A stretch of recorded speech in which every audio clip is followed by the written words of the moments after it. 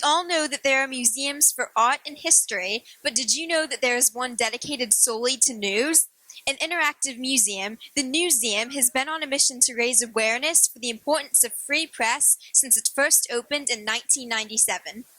We're here at the Newseum at an exhibit featuring Teen Kids News creator Primo, who also created Eyewitness News and changed the face of broadcast journalism forever. Now, I know that at least for as long as I can remember, I've wanted to work in journalism. Was this your plan from the very beginning, since you were a kid, or did you not develop the interest until later on in your life?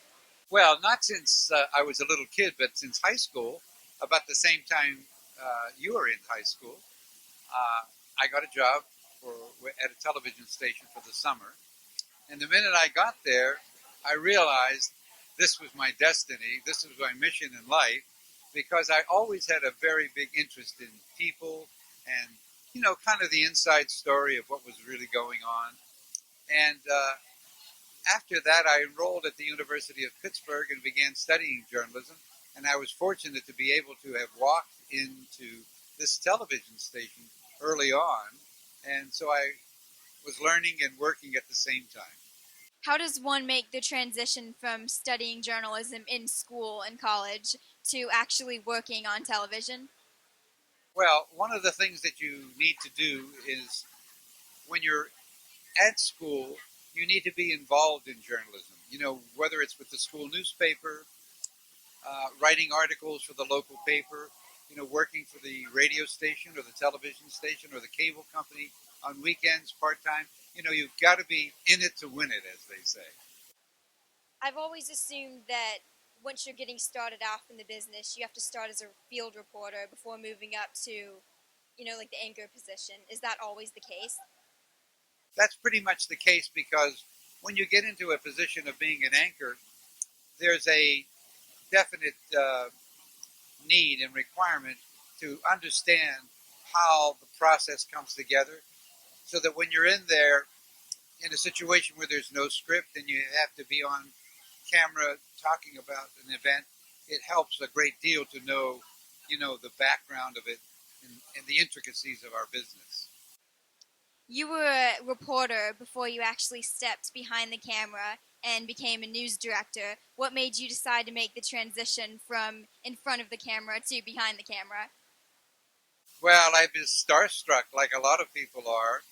I wanted to be on camera and I wanted to be an anchor man. And I did get a chance to do that.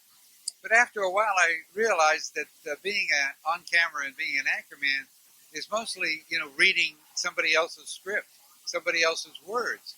And I really wanted to do the journalism myself. I wanted to write my scripts and I wanted to cover my story. So that's what really led me to going behind the scenes and becoming a creator of news formats. While you were working as a news director at KYW-TV, you actually launched the Eyewitness News format, which was an entirely new idea at the time. How would you describe this new format? Well, I think that the strongest part about the format of Eyewitness News is that it concentrates on people. Every story that you see on Eyewitness News has a human component. The audience sees not only that there was a fire, but it sees the people who lost their homes because of the fire and the elements of danger connected with that story. So it's a very important element in Eyewitness News to tell the people's story. Was this an idea that you just woke up one day and decided to pursue, or was it more turning the news into the way that you always thought it should be? I really thought it was always should be done that way, but I was never in a position where I was making major decisions and deciding, the format and the concept because I was a reporter and an anchor and working my way up as a producer. But when I became in management and had the decision to, put in place my thoughts and ideas, I brought all those years of experience, all the things I learned outside and inside and writing scripts and anchoring, and put it all together into the format that's called Eyewitness News. Whether it be one that you wrote or saw on TV or did yourself, is there any particular news story that you can recall that's had the biggest impact on you personally? One of the very first stories I covered was a coal mine disaster in Steubenville, Ohio. And I went down there. It was the very first story I ever covered.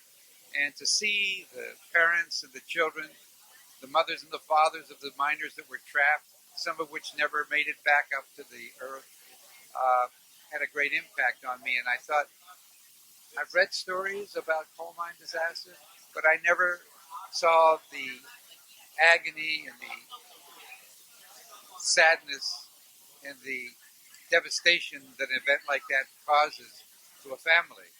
And I thought, I'll never forget that story. And I've used those principles in making sure other reporters know to bring those facts forward. In your opinion, as a news veteran, what would you say that the components of a meaningful newscast are? You got to have the serious stories, and you have to have the medium serious stories, and you have to have the amusing stories, the unusual stories. I know it's a sensitive area, but I always made it a rule to close the newscast with an uplifting story or an amusing story or a good feature. From the Newseum in Washington, D.C., for Teen Kids News, I'm Hannah. And I'm Cailin.